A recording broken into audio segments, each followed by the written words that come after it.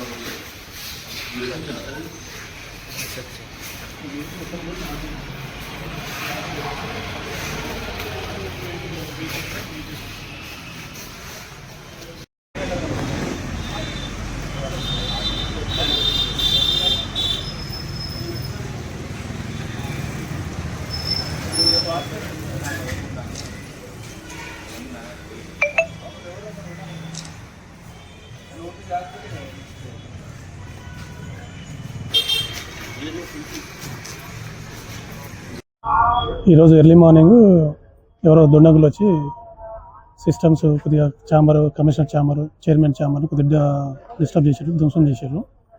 నాకు morning 6:30కి call వచ్చింది. నేను 7:30 వరకు రావడం జరిగింది. సిఐ గారికి కంప్లైంట్ చేయడం జరిగింది.